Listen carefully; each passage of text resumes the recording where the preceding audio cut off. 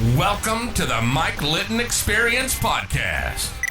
Mike has over 31 years experience in real estate, finance, and investing.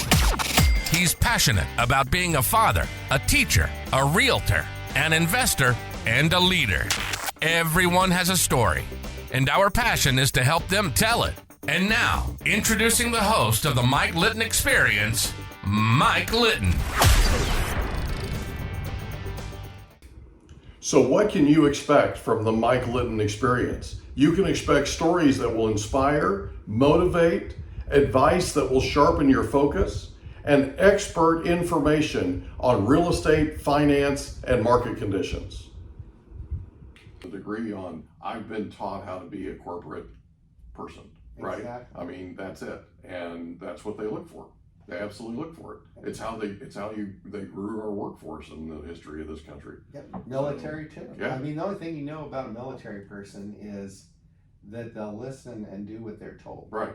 And maybe not nice, maybe gruff around the edges. They do not teach manners, but military people are get the job done. That's it.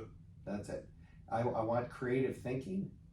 No. Duh. Give me this order. I'll go fulfill it. It'll get done. You can count on it. That's what employers look for. Typically cul-de-sac talent, but Yeah. you need cul-de-sac talent. Absolutely. This is the best recruiter I've ever had. This is what he does. Yeah. Hey, can he do operations management? No. No. He can do recruiting really well because we told him exactly what to do. Exactly.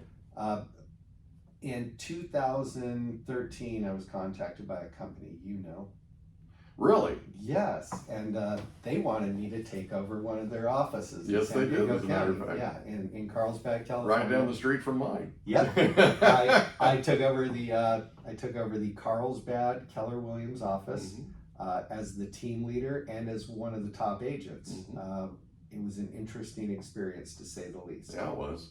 I went, this is not for me.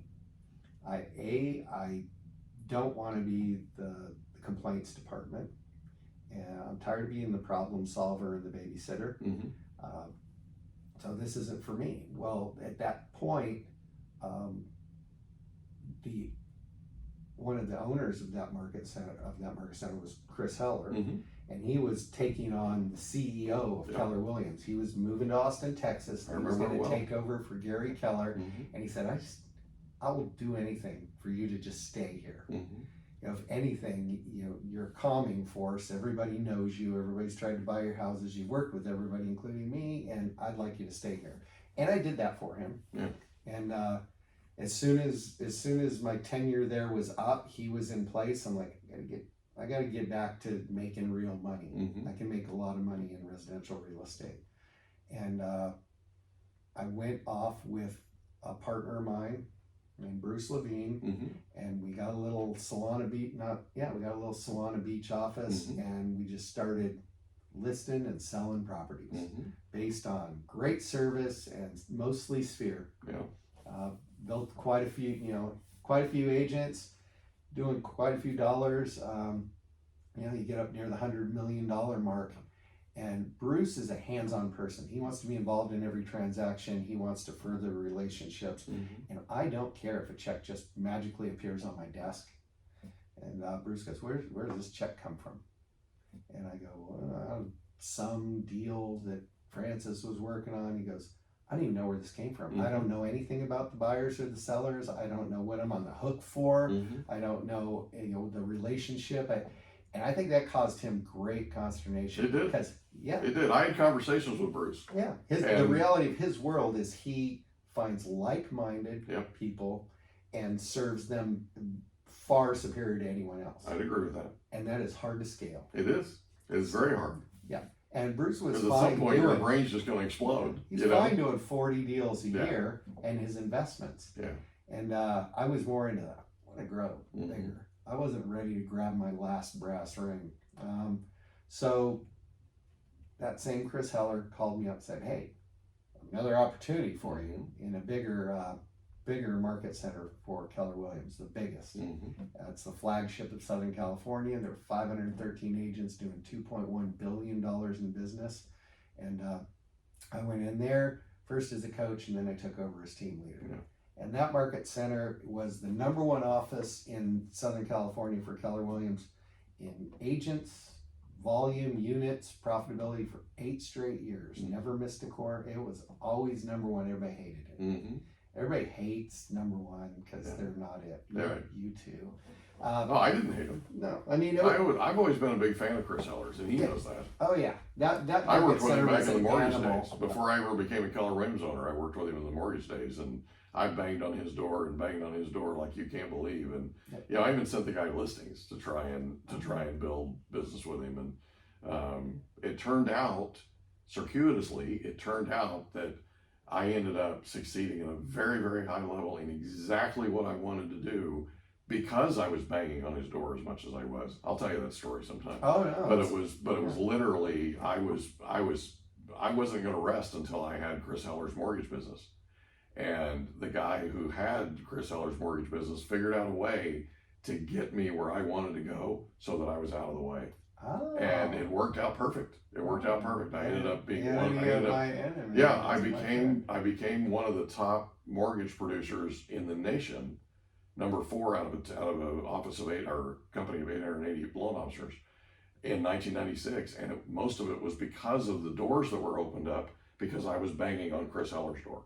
It just literally happened that way, and it's you and I have a lot in common in terms of our competitiveness and our drive and all that kind of thing, and so it was Chris and I have a history. Well, so the one thing about Chris, Chris Heller, that people don't understand, super direct, probably 3-word text is going to be a long text from him, but he always knows the answer before he asks it.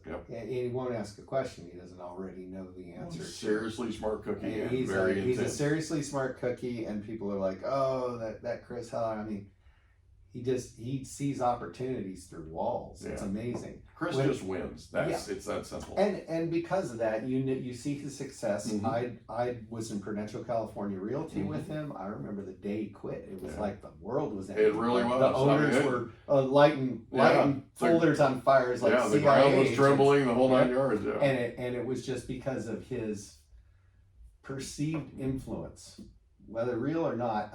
It was perceived. He carried himself well. And I raised my hand when he said, do you want to take this over? When he became the CEO of the largest real estate company in San Diego, it was number 1 brokerage in San Diego.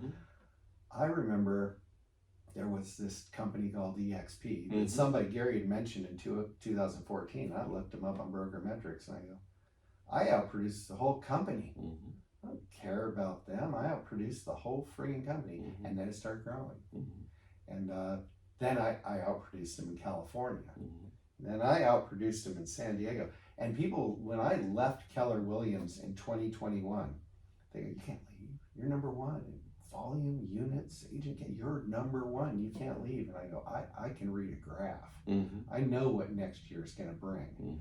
I go, even if I do better, I know what next year's going to bring, because there was this company out there that had super low overhead, was acquiring agent because of what they offered the agents. And I said, I cannot compete with this company, EXP, on a financial model. They simply have lower caps. My cap was $32,500. That included a $3,000 royalty, and it was like $125 a month. And I went, this company's a $16,000 cap. There's no royalty. You get revenue share off the $16,000 caps, and you get stock awards off the $16,000 caps, and they have health care. I mean, when I came to do my initial quote, they said, oh, the average agent saves about $6,000 in health care. It was way more for me. I was like, I don't even care. I go, I can't believe people don't join this company just for the health care. Pay the $85 a month to save $6,000 to $8,000 a year in health care costs. I'm like, seems like a no-brainer. I saved more than $6,000 a year. I know. I did too, and maybe because we're old. Maybe that's it. Yeah, so we're old. I mean, if you're 24, you're probably, it's a negative for you. No, I'm just kidding. But I mean, so I was looking at it, I go, I'm sick of telling people this is the best place for their business when it's not. We offer stuff they don't offer. You know, I was at an Inman conference last year, and Brad Inman stood up on stage, I think it was in New York, and said, raise your hand if you need an office to do your job. Mm-hmm. And a lot of people raise their hand. I mean, when you're looking out across the crowd, it looked like everybody raised their hand. You're Right. like, oh, okay. And Glenn Sanford, the guy who invented virtual real estate's up on stage. He has a better perspective of it. And he goes, okay, raise your hand if you do not need an office to do your real estate business. And what looked like the whole audience, all their hands went up. And Brad's doing this. He goes, wow. He goes, that's like 40%. And Glenn Sanford is sitting in the chair. He goes, I'll take 40%. Yeah. He has All day 800,000 long. agents. Yeah, all He day goes, long. I'll take 40%. And he goes, and that's what we figured. Yeah. Then he did another little study. Raise your hand if you're under 40 years old and you don't need an office. And not very many hands went up. Mm-hmm. And he goes, raise your hand if you're over 40 years old and you don't need an office. And everybody's hand went up. Mm-hmm. And he goes, what I'm seeing, and he goes, I imagine I'll do articles about this coming up, this is going to be further explored, was I'm seeing that experienced agents absolutely do not need an office to do real estate. That's They true. don't need a real estate office. Like EXP, they're a virtual company. Mm-hmm. They operate 100% virtually. There's other companies that emulate us, LPT and stuff, but they're not virtual. They actually have physical office space. EXP operates at such a low expense because they have no office. But they're not saying agents don't have offices. Mm-hmm. You can still have, we're in San Diego County. We've got huge teams here. Mm-hmm. Kyle Whistle, Dan Beer. Dan Beer and Jesse Zagorski, and they have offices. Mm-hmm. Jim Pettrell has offices. Yeah. They have big teams, they have big offices, they do training. We're not saying don't go get an office, but that kind of expense and overhead should not be on your company. Right. And I need to tell everybody in your listening world, most new agents walk into you and me and say, what do my business cards look like? Who's going to be my mentor? What do I have to pay? Where's the bathroom in the office? Their first question needs to be, are you a profitable business? Yeah. Because I'm tired of people joining unprofitable businesses and then complaining about, I'm not making any money. I go, who's going to show you how to make money? Your parent company can't make money. Yeah. Who there is going to show you how to make money? Your office manager? He's losing every month. And I think when you're the most profitable thing in the office, you've exceeded your lid. Yeah. You need to find another challenge. You can't be competitive if you're just standing on top of the mountain. I agree with that. Fun to climb the mountain, not fun to just stand there and fend off, the other people who want to get to the top of the mountain. You want to be the New England Patriots or the Pittsburgh Steelers or the San Francisco 49ers for so long before you're just like, it's going to cost a fortune just to stand on top of let's do a rebuild, try it again. Exactly. Yeah. So EXP was started by Glenn Sanford. 2009. Yeah, who's still the CEO today. I met him at Meg Agent Camp in 2007, 2006, something like that, in Austin, Texas. He was the team leader of Bellingham. Yeah, he was team leader up in Northern Washington. Yeah. So I remember meeting him. I remember him being incredibly quiet, like incredibly reserved, incredibly quiet. I didn't talk with him a lot. It was a group of us, and we all knew each other. We were all chatting it up and stuff. But I did meet him one time, and I'm looking forward, as I told you, to having him on the podcast because I think he's got a fascinating story. Take just a second and tell the history of EXP, because Glenn actually took the EXP, if I understand correctly, he took the EXP model and offered it to Keller Williams, right? Oh yeah, no, that was an idea that he concocted up, and Keller Williams has explored that for a very long time, having a virtual platform, especially for expansion teams. No, that model was presented to Keller Williams. That'll never work. That desktop computer's never going to turn into anything. Yeah. Nobody wants a portable phone. If you were to ask Henry Ford, said if you were to ask my clients what they want, they'd say they want a faster horse because they just don't know the potential of what's coming. Right. So Glenn in 2009 debuted EXP. It was running Craigslist ads for agents. I mean, just to get agents. that could work remotely. I mean, the key is you have to get a broker in a state, open up that state, with a broker. You get a Mike Litton in California, and we can open up the state. Did it very slow and methodically, and built and scaled along the way. They actually contacted me. Yeah. Years ago, they contacted me and asked me if I would be the broker for all of California. Okay. And I thought about it. I considered it. And I ended up turning it down because I owned the Keller Williams office at the time, and we were doing our thing. A lot of franchise.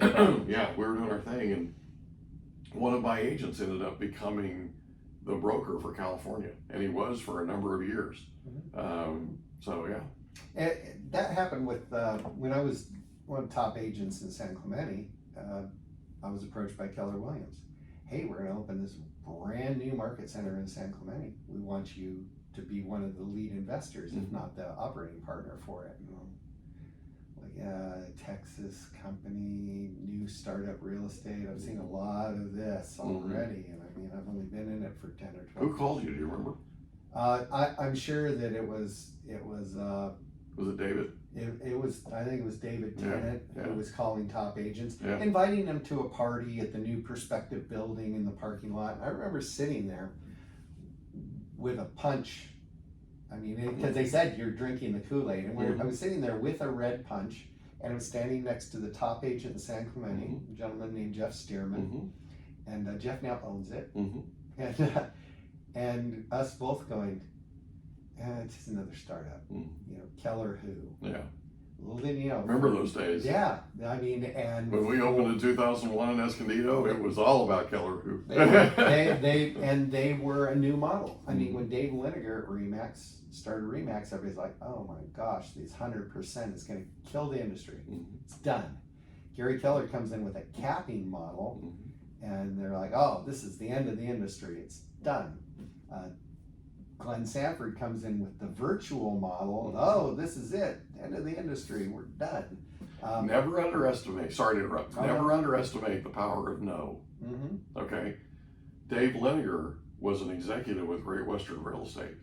Tom Caldwell, who owned the region here, the Keller Williams region here, he's the one that actually pre-approved me for a market center. He said no to Dave Liniger. Dave Liniger left Great Western and went out and started Remax.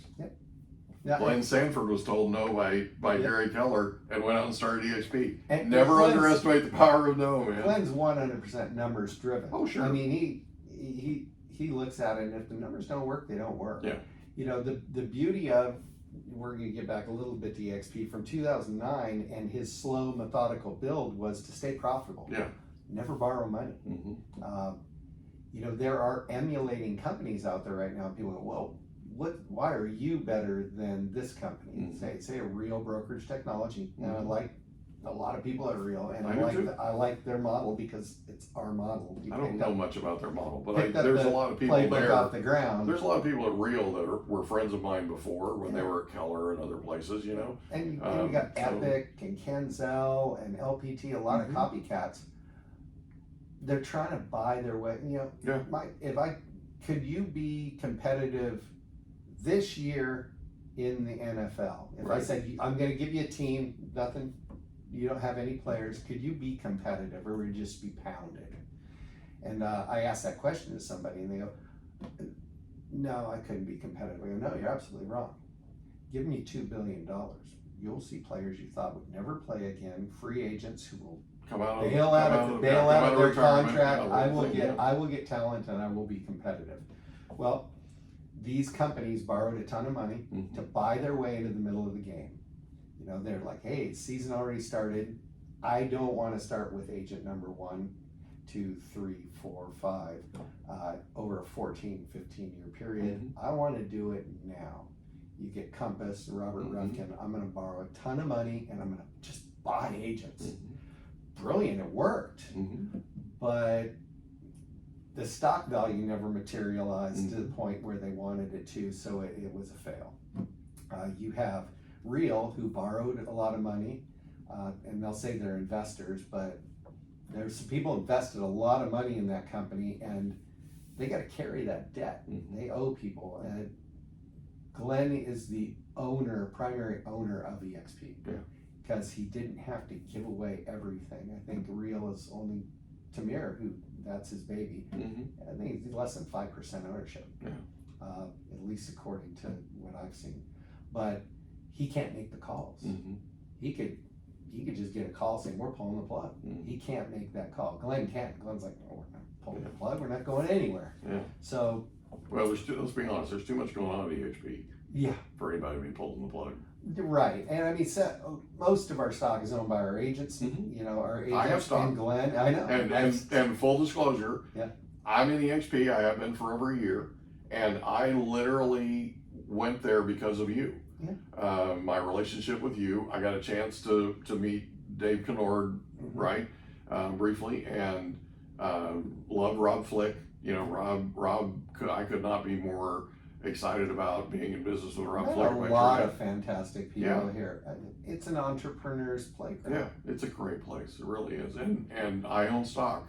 You know, full disclosure, I own stock in I own stock in everything. People go, well, you own stock in EXP? And I go, I own stock in Real, I own stock in Remax, I own stock in Anywhere. I go, I own stock in Compass. It's how I track it. And I go, and all ships float and sink with the tide. Sure. This is a real estate sector. You know, and for that point, people that have joined EXP in the past. We hope you enjoyed another episode of the Mike Litton Experience. If you did, do us a favor, smash that subscribe button, tell your friends, family, and coworkers about our program, and wherever you get your podcasts, please leave us a rating. It helps us to connect with quality people just like you. And that's a wrap. Another episode of the Mike Litton Experience in the books. Reach out to Mike on Instagram at Litton Realty. Want to meet with Mike? Check out calendly.com/Rio760.